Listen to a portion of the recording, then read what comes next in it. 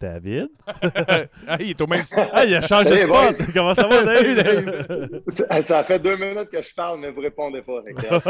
On va s'essayer. C'est pas... je suis dans une nouvelle maison cet été. On se reconstruit au lac. Donc, j'habite ici pour cet été. Ah oui? Donc, il n'y aura pas de basket à soir. Ah, ben, fait que ton palais, c'était pas assez. Il faut aller à un autre niveau, c'est ça? 42 chambres à coucher, ça prend un autre niveau? T'as tout compris, la fille. J'ai joué avec toi, fait que j'ai appris du meilleur.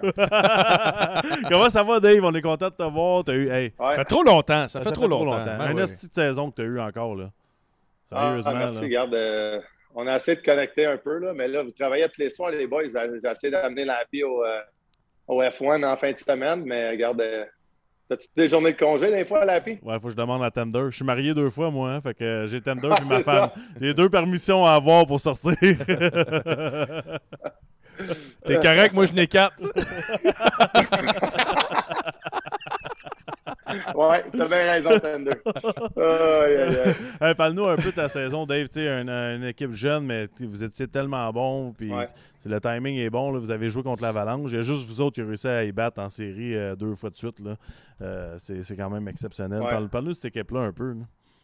Non, on a une belle saison. Je pense qu'on était une équipe qui s'est trouvée aussi durant la saison. On avait beaucoup de nouveaux joueurs, un peu une identité qui change avec les Blues présentement. On était une équipe vraiment heavy sur le forecheck. Maintenant, on a appris à jouer sur le rush.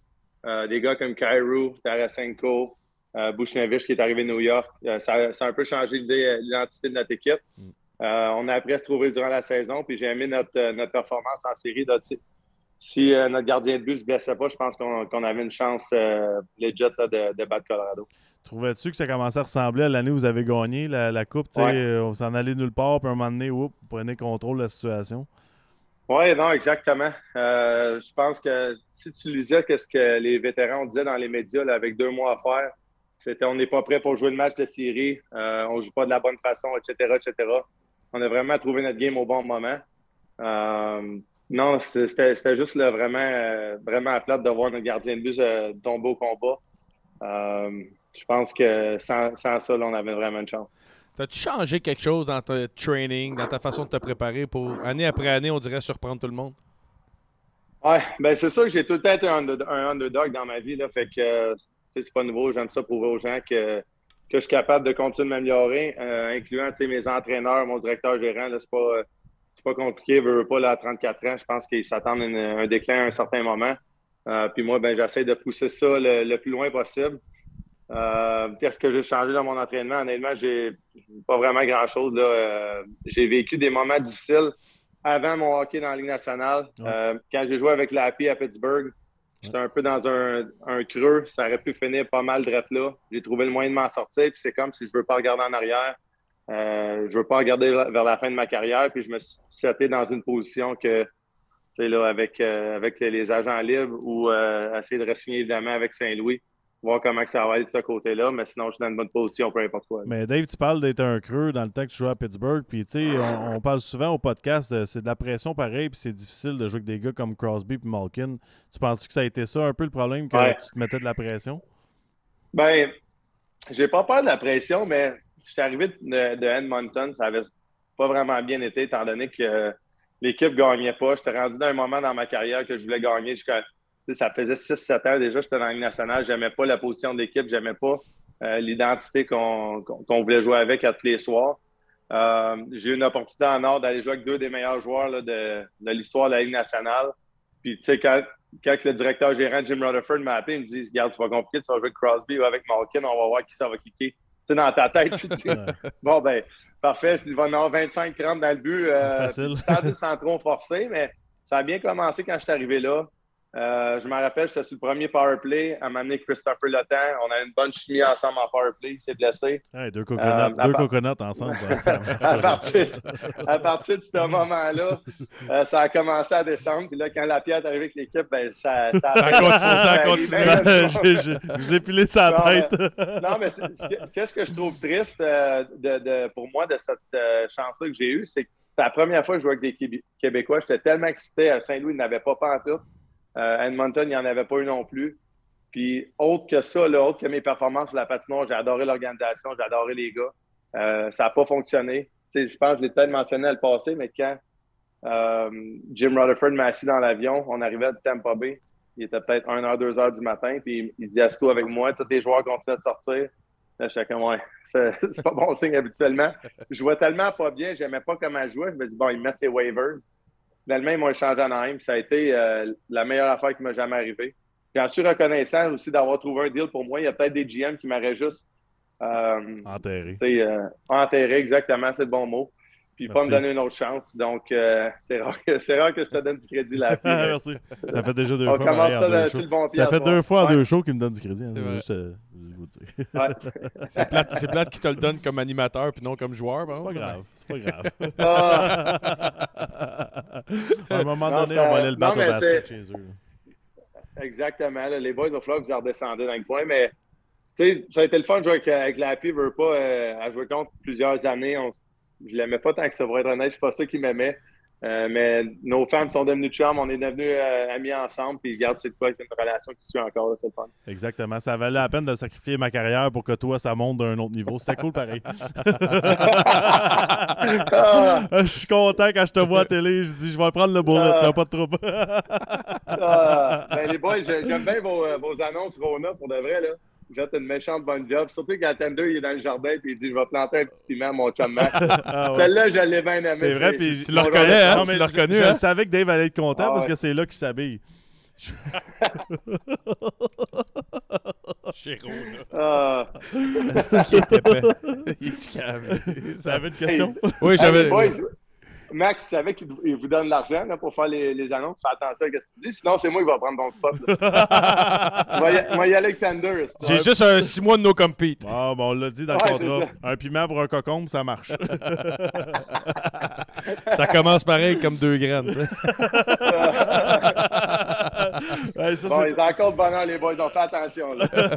Alors, fais-toi-en pas. On connaît notre crowd. Je pense que oui. Il aime ça avoir du fun. Hey, non, mais j'avais une question. Tantôt, tu parlais du club et comment vous vous êtes trouvés. À la fin de la saison, le coach puis le GM, Chris, ils t'ont encensé. Là. Je sais pas s'ils voulaient que tu signes tout de suite après la conférence de presse. Ben, là, mais... avant que tu lui demandes, je veux savoir, Dave, tu vas signer où avant de retourner à Saint-Louis dans 3 ans? Je veux savoir. Ah, poche bleue, je pense. On a de la place. Non, mais tu sais, regarde, je le cache pas. J'aurais aimé ça signer aussi l'année passée. Il y a eu certaines conversations, ça n'a pas amené à rien. Durant la saison, ça a quand même été mort. Fait que, qu'est-ce que j'ai été fier, je veux pas, du côté personnel, c'est que quand j'ai eu une blessure fin novembre, j'ai manqué 1 mois, j'étais revenu, j'ai joué quelques matchs, j'ai pogné COVID, j'ai manqué encore quelques matchs là. J'ai eu peut-être 7-8 games que ça allait pas bien. Là, le monde disait, bon, David Perron frappe un mur, il va avoir son déclin. Ça l'a un peu, tu sais, en anglais, lit a fire under me. Là, ça m'a vraiment parti. J'ai été sur une bonne séquence tout le reste de la saison. Là, après ça, on sait comment c'est en série. Bon, les stats retournent à 0. C'est tout à propos de gagner pour l'équipe. J'ai livré la marchandise encore une fois là. Donc, c'est sûr que c'est avec beaucoup de fierté. Je suis dans une bonne position, mais mon choix numéro 1, c'est encore Saint-Louis. Je suis content d'entendre les choses que Doug Armstrong a dit. Surtout ce que Craig Berube a pu dire à propos de moi aussi. C'est un gars qu'on a une relation assez particulière, mais du côté très positif. On est capable de se donner, tu sais, en bon québécois, un char de merde. Puis le lendemain, on tourne la page. Mais honnêtement, c'est vice-versa. Puis c'est vraiment le genre d'entraîneur qui peut tirer le meilleur de moi-même. Le genre d'entraîneur qui va me faire confiance dans différents moments du match. Tu sais, j'étais un joueur, quand j'étais plus jeune, puis il disait, bon, c'est pas un joueur défensif. Avec lui, je joue dans toutes les situations. Le goal lieu, l'autre bord, il est enlevé. J'étais avec sa glace. Je fais un bon travail, puis j'essaie vraiment, quand j'ai la chance d'avoir ces opportunités-là, de livrer la marchandise aussi, pas juste offensivement, mais défensivement. Quand tu vois, c'est la meilleure question, t'es le meilleur gars pour ça, je pense. Quand tu vois Nathan McKinnon hier avec Jared Bednar qui se pogne sur le banc, ça te surprend-tu? C'est ça, hein? J'ai énormément de respect pour The Dog, là, comme tout le monde dit. Nate, c'est un gars que il est plus jeune que moi, mais je le regarde jouer le plus possible. Je pense que je peux m'améliorer en le regardant jouer. Certaines des choses qu'il fait en power play que j'ai acquis au travers des saisons, ce qui fait que je suis capable de garder le nombre de minutes que je joue tous les soirs. Mais je pense que c'est important. Je pense que je ne sais pas si la nouvelle génération sont capables de se pogner avec leur entraîneur, tourner la page, c'est ça. Puis sortir leur caractère et vice-versa. Tu sais, des fois, il y a des entraîneurs, ils ne peuvent pas le faire à tous les joueurs. On a des joueurs aussi dans notre équipe, dans toutes les équipes, il y en a que si l'entraîneur embarque dessus, c'est fini pour la soirée. Qu'est-ce que je parlais de la relation que j'ai avec Bérubé, je le sais. Il y a un de nos joueurs dans notre équipe qui est vraiment proche de McKinnon. Puis il me parle souvent de cette relation-là. Donc, je ne suis pas surpris de voir ça. Fait que toi, ça montre pas un vent de panique, ça montre pas que cette équipe-là... C'est de l'honnêteté, les gars sont honnêtes. C'est quasiment l'inverse. Hein. Ben oui, parce que c'est le genre de gars que durant la saison, quand la saison est longue, c'est 82 matchs, des fois l'entraîneur va dire « Bon, les boys, demain, on a perdu 5-1, demain, on pratique. » Qui tu penses qui rentre dans le bureau et qui va dire « Non, on ne pratique pas? » Parce qu'on a joué là, puis on a un back-to-back qui s'en vient.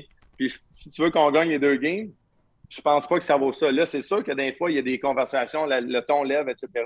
Mais qu'est-ce que tu penses qui arrive à McKinnon quand il embarque sa glace ces 2 games d'après? C'est le meilleur joueur les 2 matchs. Il gagne les 2 games, puis après ça, il gagne du pouvoir de cette façon-là. C'est du caractère, dans le fond. Tu sais, un gars qui care, là, c'est important pour lui. Non, mais la game a changé. C'est ça la réalité, pareil. Tu sais, nous autres, Chris, on n'aurait pas fait ça malgré que tu as failli casser le bureau de Jacques Martin, on n'aurait pas fait ça. Hey Dave, je veux savoir, on vient de parler à Patrice Bergeron, puis tu sais, il parlait, lui, il est indécis. Es-tu encore prêt à revenir au jeu, puis tout faire à 100%, puis rejouer? Toi, tu es dans une autre situation. À l'âge que tu es rendu, c'est quoi les critères, admettons, pour signer un contrat? C'est-tu en premier la famille, une équipe gagnante? Bon, comment ça se passe? C'est bon, ça. Ben, c'est sûr, en premier, c'est Saint-Louis pour plein de raisons. J'adore le spot que j'ai avec l'équipe. Je joue avec le meilleur joueur de centre d'équipe présentement, Ryan O'Reilly, qui est notre capitaine. C'est une très belle chimie avec lui. C'est dur à battre de vouloir aller ailleurs, d'essayer de recréer ça à 34 ans. Ça peut aller dans différentes directions, mais en même temps, je suis confiant. J'étais à Vegas. Souvent, le monde dit tu joues juste bien à Saint-Louis, mais à Vegas, j'ai eu 66 points, 70 games. Ça a pas mal été. Avec Eric Halla, James Neal. Non, regarde, il y a la famille, il y a plein de critères. Je vais regarder aussi certaines des équipes qui vont m'appeler dans le futur si on se rend là. L'avantage numérique, ça serait quoi mon spot? Je pense que cette année, les Blues ont le meilleur avantage numérique dans l'histoire de leur franchise. Puis j'étais sur l'avantage numérique qui faisait une différence à tous les soirs ainsi qu'en play-off. Donc, c'est sûr que si ça ne marche pas à Saint-Louis, c'est des critères que je vais regarder.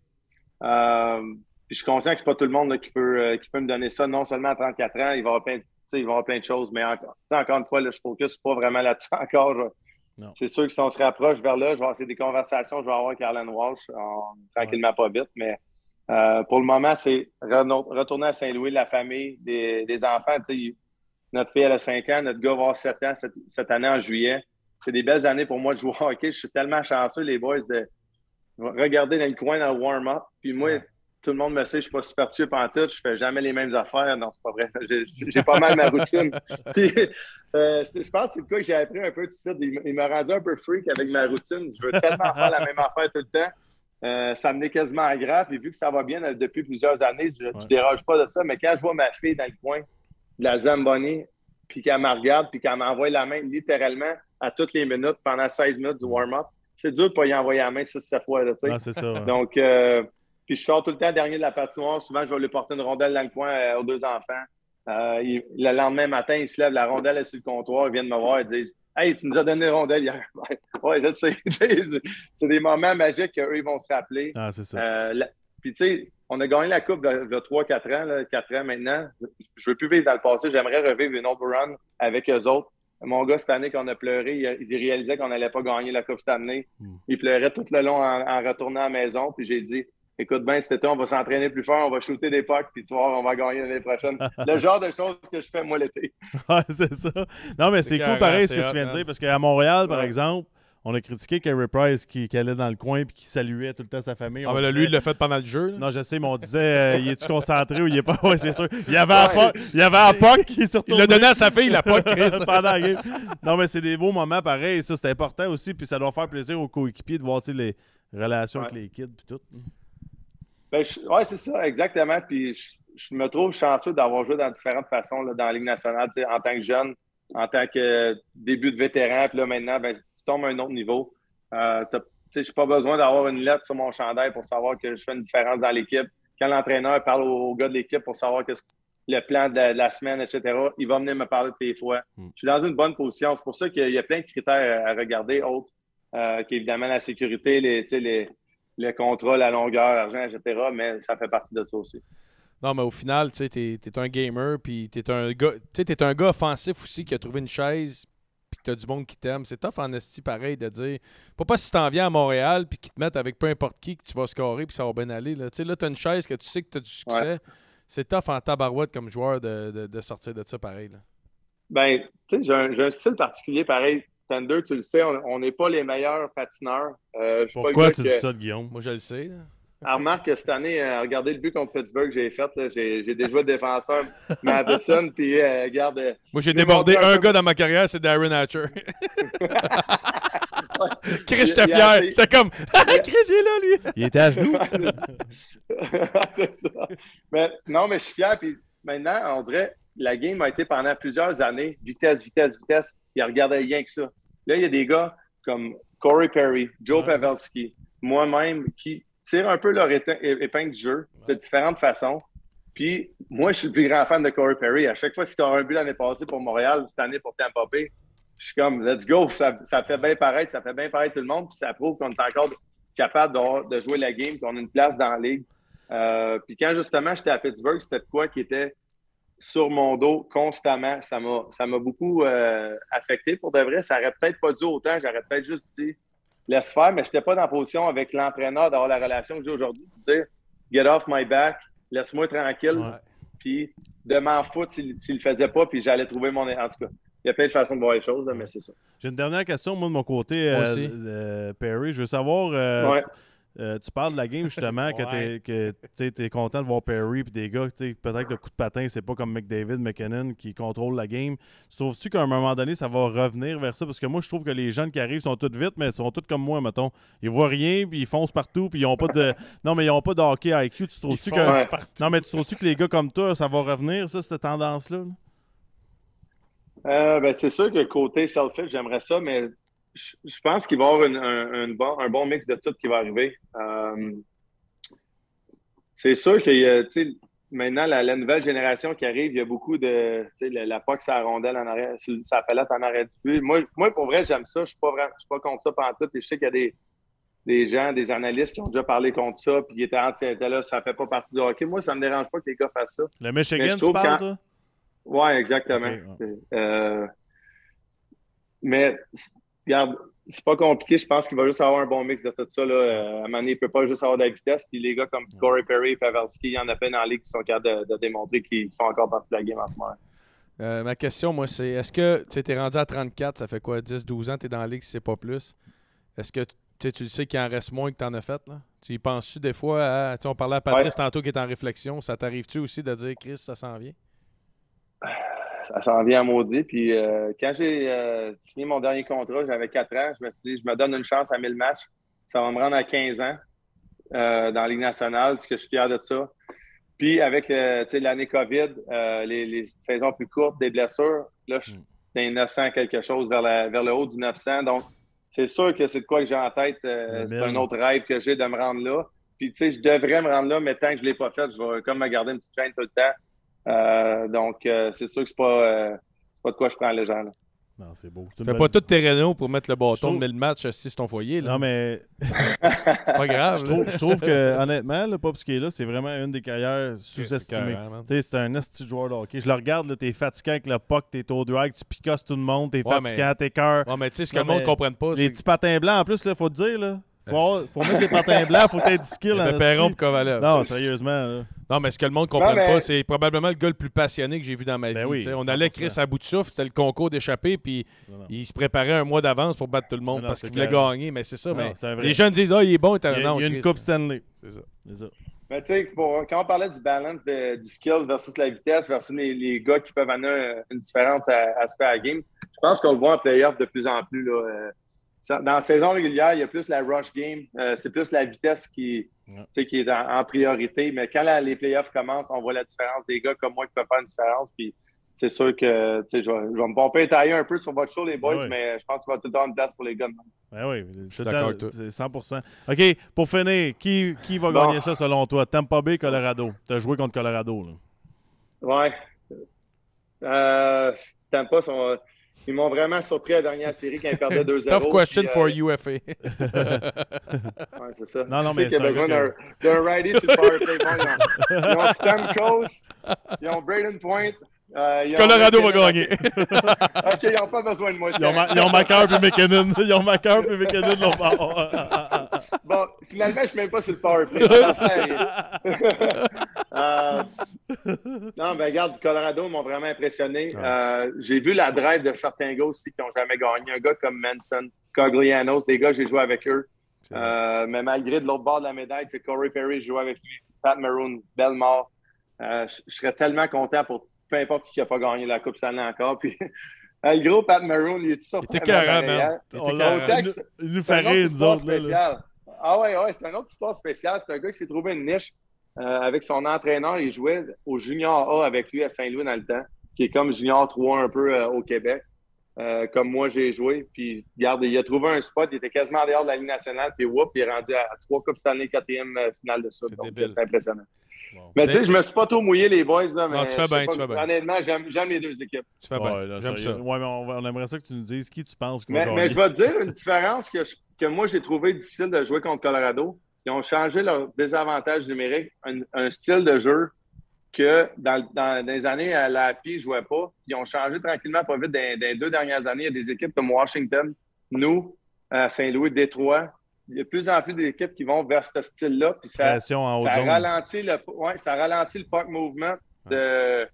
Puis moi, j'ai trouvé ça difficile de jouer contre. Puis je le remarque avec Tampa Bay. Je pense qu'ils ont scoré le but de Corey Perry en power play. Mais peut-être même pas à date. Peut-être même pas, je pense que c'était fini. C'est ça. Ça faisait 5 matchs, pas de but, je pense. Je ne veux pas parler au travers de ma cravate. Je n'ai pas regardé une game depuis qu'on a été éliminé, mais je suis quand même un peu les scores, les affaires. Puis je remarque qu'ils n'ont pas de but en power play. Donc, j'imagine qu'ils font un bon travail comme ils ont fait comme nous autres. Merci d'avoir trouvé mon point pour la TVA demain soir. C'est bon, je vais parler de ça à l'entraque. Moi, j'aimerais bien ça parler du piqué, mais ça me dit rien. Salut, Dave. Hey, Dave, si tu veux préparer ton après-carrière, on a des offres déjà. Un peu de temps libre, tu embarques sur la poche bleue. On a un coton watté de prêt pour toi. On est prêt. On va te drafter, nous autres. C'est le draft à Montréal, on draft Perron, nous autres. C'est ça. Merci, les boys. Salut, Dave. T'en sors à toi. Bye. Yes, bye.